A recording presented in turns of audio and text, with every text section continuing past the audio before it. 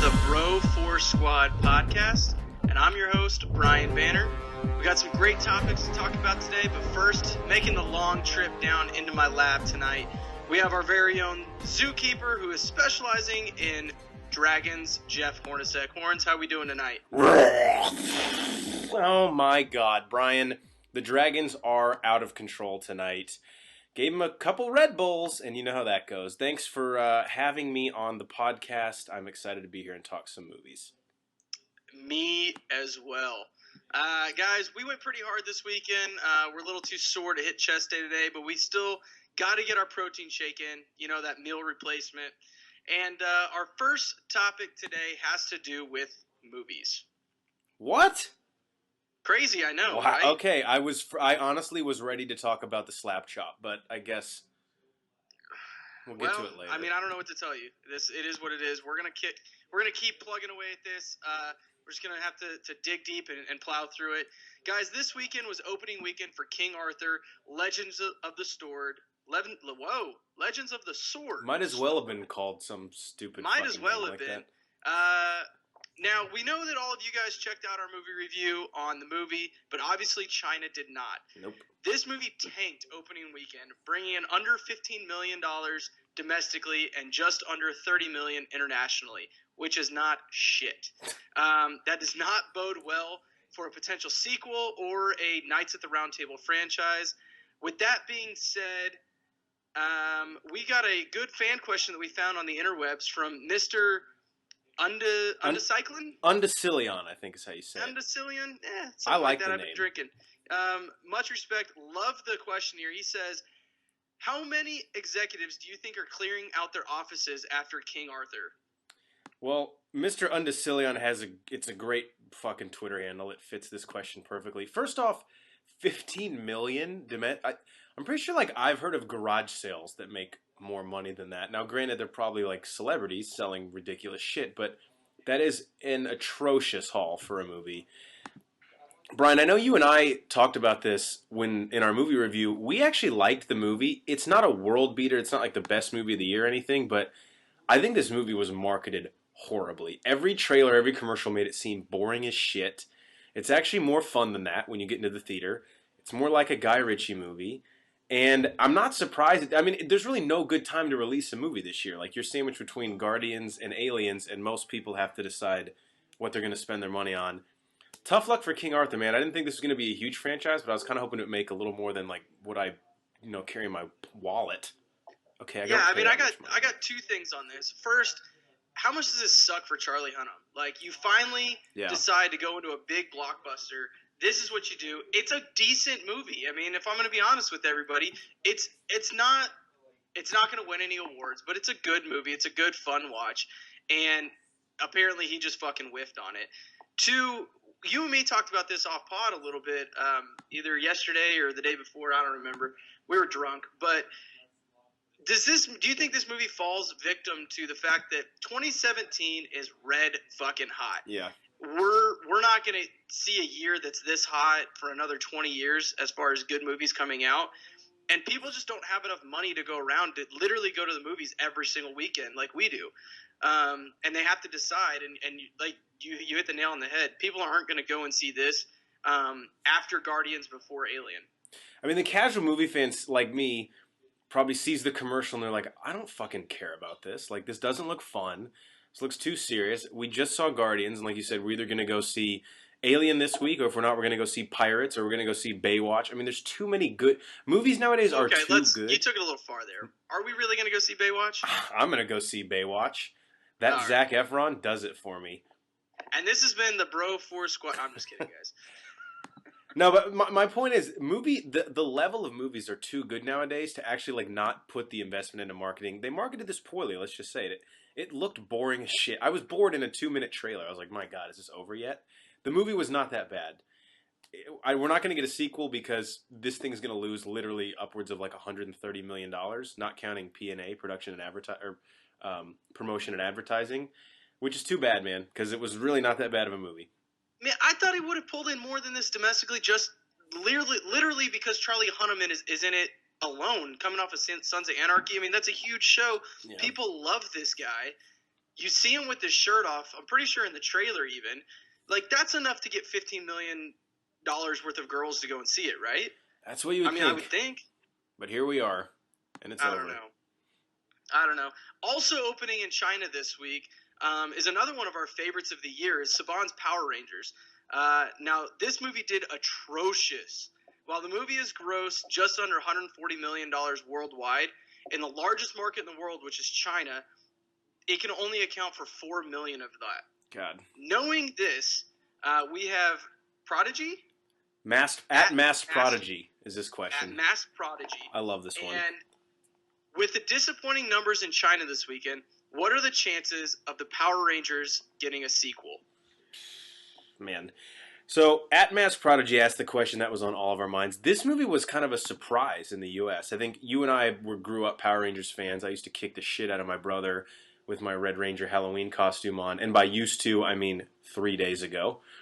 This movie, I really, really liked. I think it's better than King Arthur to the point where this is like actually one of my top 3 movies so far of the year in 2017. I'm shocked it didn't do well in China. I know that Saban is a Japanese property, but I kind of thought the whole Pacific Rim and that area of the world was all about the Power Rangers property. What the fuck happened here, Banner? I don't know what 4 million converts to in yen, but last I checked, not a lot. Yeah, I'm not exactly sure. I mean, I'm not a moneyologist. No. I mean, we just make so much money off this podcast that it's just not even a thing really to me. So yeah. I don't even know why we're talking about it. But to answer the question initially, I still think we'll get a sequel off of this. I think that nostalgia factor alone, with them, spoiler alert, which if you haven't seen it yet, you're not listening to this, but with them teasing Tommy, I think nostalgia factor, they'll be able to make some money. Now, if they have another low budget, I want to say this movie only had like a budget of $65 million. I would like a low budget though, man. I think it was relatively low. If they can keep the sequel at a relatively low budget like that, they can make their money and they can continue to produce decent movies. I think they have a young cast that they can build off of and have momentum. I'd like to see what this movie brings home with in Japan, like DVD and Blu-ray sales. Yeah, I know. I read that also hadn't opened in Japan yet, which is obviously nowhere near the size market that China is, but maybe that'll be the saving grace. Either way, maybe I'm going fucking crazier than I normally am, but I thought this was a really good movie. I'm really surprised. I mean, it's not like an Academy Award-winning movie, but I'm surprised that this thing didn't make a lot more than $4 million in China, which is a massive market.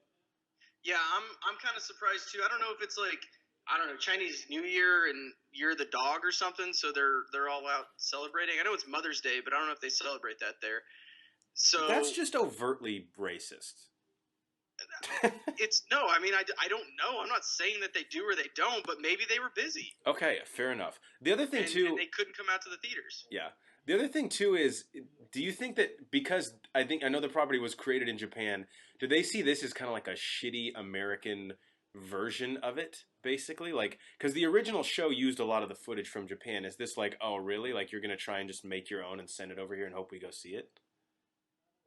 I could totally see that. I mean, maybe. But, I mean, at the same time, like, they have to have promotional stuff. They have to have trailers, and that has to do something to it. Here's another question. This movie came out in March for us here in America. Could they have just watched it online and Brian, aren't going to go and pay the movie to it? No one watches movies illegally online. Listen to yourself. You sound like an idiot. Well, I mean, I'm pretty sure that... You sound ridiculous. Let's move on, because you've derailed, man. What the hell are you even talking about? Watch it online? I got one last question on the topic, though. Okay, what? Do you think Saban even lifts? Bro. It's 50-50. Does he even lift? Does he even lift, bro? Does he even lift, bro? Does he even lift? And that brings us to our Do You Even Lift, Bro? Guys, this is our favorite time of the pod. This is when we get to interact with you guys, answer your guys' questions. I'm so excited for our first question. I'm so glad that we found these on the internet, because this had me excited all day. I did nothing at my actual job because I was so jacked up to answer these when we found them. I still might change my answer here, and it's go time now. Our question comes from Elijah M. Turner at Elijah M. Turner. Love it. And their question is, dream up the greatest crossover ever made. Any genre, any characters, animated or real life. Go.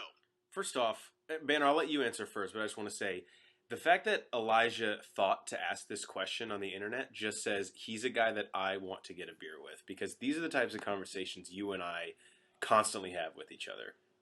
This is a question that I never thought I would get to verbalize to the world, and I'm so glad I did. So I'll go first. My movie, don't know a title, but it's basically going to be a 5v5 round robin. No, not a round robin, just a 5v5 tournament. Like a Royal Rumble, basically. Just a Royal Rumble, yep. And it's going to be supervillains versus all the best heroes. Wow. All right. Okay. And I laid out my superheroes, I laid out my villains, and just a little tidbit about why I picked them. All right. Here's my bad dudes first. Thanos. Okay. This dude will literally do whatever it takes to gain the ultimate power. All right. Yep. Kind of sounds like my ex-wife. Jeff, a blow-up doll does not count as a wife. We were serious. We've been over this. Tell the court in Connecticut that. All right. Next, I have the Joker, because that dude's just fucked up in the head. Yep. All right. Third, I've got Voldemort. Okay? He will literally kill anybody that needs to be killed. Whether they deserve it or not, he's going to kill them. Okay? Agreed. Then we have Doctor Doom. This is the guy, this is the game changer right here, because he's the one that can get all the bad dudes together and actually get them to work together for a common goal. Because all the bad guys, they're in it for themselves. He's the one that can bring them together. And last but not least, Darth Vader / Anakin Skywalker.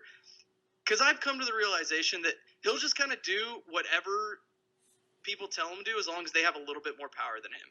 A la, he did what Qui-Gon told him to do and what Obi-Wan told him to do. And then the Emperor comes around and is like, hey, I got more power than both of them. All right, I'll do whatever you tell me to do. So there's my bad guys. Thanos, Doctor Doom, the Joker, Voldemort, and Darth Vader. On going up against them, we've got Wolverine. All right? He's as close to being immortal as you can be without actually being immortal. John Constantine doesn't really give a shit about what anybody thinks. He just does what needs to be done. And that's what you need in a good guy. Interesting addition. They're willing to do what needs to be done. Role player. Next, I've got Blink, because they can make a portal, get you out of any situation. If shit's going south, boom, I'm out of there. Peace. Again, something I would have needed with my ex-wife. Yeah, you definitely would have needed that. With that blow-up doll, it could definitely get you into trouble at times. Especially when you guys got caught by that cop in the car. Okay, next one. Who else is on your team here? Next, we've got Han Solo. Because you need somebody that's just going to go in guns a-blazing. Agreed. You know, all this strategy, tactic shit, you just got to go in. Sometimes you need somebody that'll do. And this is my guy that I have to go up against Thanos. Okay? Captain Jack Sparrow. That is ridiculous.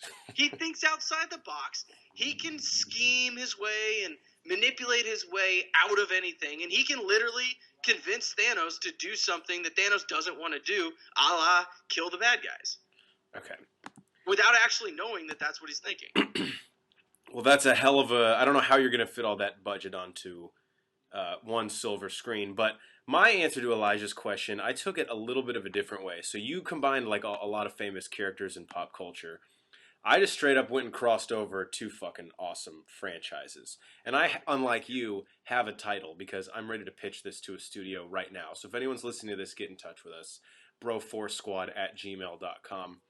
My movie is called Friday the 13th Slice. Okay? The Teenage Mutant Ninja Turtles and fan favorite Jason Voorhees from the Friday the 13th movies are coming together. So here's my plot.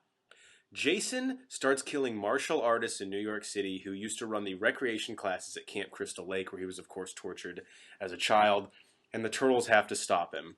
Also, in this movie, just to keep up with Jason, the Turtles murder a bunch of pizza orders. So who's really innocent is what I want to know. It's called Friday the 13th Slice, coming to theaters near you.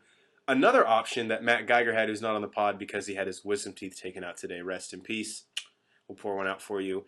He had an idea that was going to be next Friday the 13th, where it combines Ice Cube and Chris Tucker with Jason Voorhees, and he just basically kills the cast of the Friday movies. So that... I mean, I'll pitch both to the studio. I'll tell them they can take one and leave the other, or we can make one straight to DVD. That's up to them. Do like a player option, like, hey, we're gonna do the first one, and then once that's a success, all right, we'll go ahead and do the second one. You got to get that shit in writing. I am open to negotiate, definitely. Well, here's a question. Now, what kind of pizza orders are the Turtles murdering? Just like random people that are ordering pizza? I'm not gonna give you the whole fucking plot, man. You have to spend $15 to buy the ticket. All right. I'm kind of looking for a trailer here because that part's very confusing to me. Well, because don't the Turtles like love pizza and they want to share pizza with when the I world? say murdered, I mean they eat them aggressively. That, like, you ever get a burger, like, I murdered that burger. That's what this is. That's what's happening. You're talking about they're eating the pizza, not people that order pizza. What is wrong with you? Let's go to the next question. All right. Guys, derailed. Next question. This comes from @Matt Black. Love the Twitter handle. And he says, @The Rock says he wants Armie Hammer as Shazam. Thoughts? We're going to keep this brief. I saw this too, and I'm glad that Matt brought this to our attention. But we were going to talk about it anyway, so I'm glad that we can accommodate some people. So Armie Hammer has been rumored for a lot of roles. He was rumored for the original Batman role way before we knew what they were doing with BVS. He's been rumored for Green Lantern. His name's always coming up. I think people like the idea of Armie Hammer more than they actually like Armie Hammer. I think Armie Hammer, like, looks really good on paper, and then you actually think about it and you're like, well, no, he's not that fucking good. They can do better than this for Shazam. If he gets, I don't hate the guy at all, but he's like one of those dudes who shows up to the combine and he runs like he's like Darius Hayward-Bay. He's like really fast, then you get him on the field and you're like, oh, this guy doesn't even know what sports are. That's Armie Hammer. People like the concept of an Armie Hammer, if that makes sense, but they don't actually want an Armie Hammer. Well, I'm going to tell you a little bit more of the story that not a lot of people are actually aware of, okay? Why do I feel like lies are about to be said? The Rock actually wanted Vin Diesel for this role. Oh, you mean Mark Sinclair? Vin was busy preparing for his role in Guardians 3. No, in all seriousness, no. Is Armie Hammer not the new John Krasinski? Yeah, I can see that. Because he was rumored to be Captain America. I think he was in the running for Thor at some point. He was in the running for Batman as well back in the early talks. Everybody wants Armie Hammer to be in some sort of superhero in some fashion, form, or way, but yet nobody's willing to pull the trigger. So there's something, just like John, there's something with him that just isn't there. He's missing something. He doesn't have that X factor. It's like if there's like a hot chick at your school and she's just always single, you're like, I don't get it. She's really hot. Then you hang out with her and you're like, oh, she collects turtle corpses. That makes sense why no one has been dating her at our school. Yeah, I mean, on the first date, she asked me if she could chew my fingernails. Like, that's a weird thing to do. That's what they call a red flag. Yeah. Yeah, I mean, depending on how long it's been, it could be like a yellow flag. Don't backtrack on it. This is a problem. All right, guys, this has been the Bro 4 Squad podcast. I am Brian Banner for my co-host, Jeff Hornacek. Guys, check us out on Twitter @Bro4 Squad. Like us on Facebook, Bro4 Squad, 3 words. Don't forget to subscribe to us on iTunes and leave us a review. Subscribe to us on YouTube. And as always, you can find us at www.bro4squad.com. All of our stuff is there. The squad blog, as well as links to all of our stuff. Till next time, we will catch you on the flip side, yo. Those are the dragons again. God, all right, so you didn't get that back in check, yo.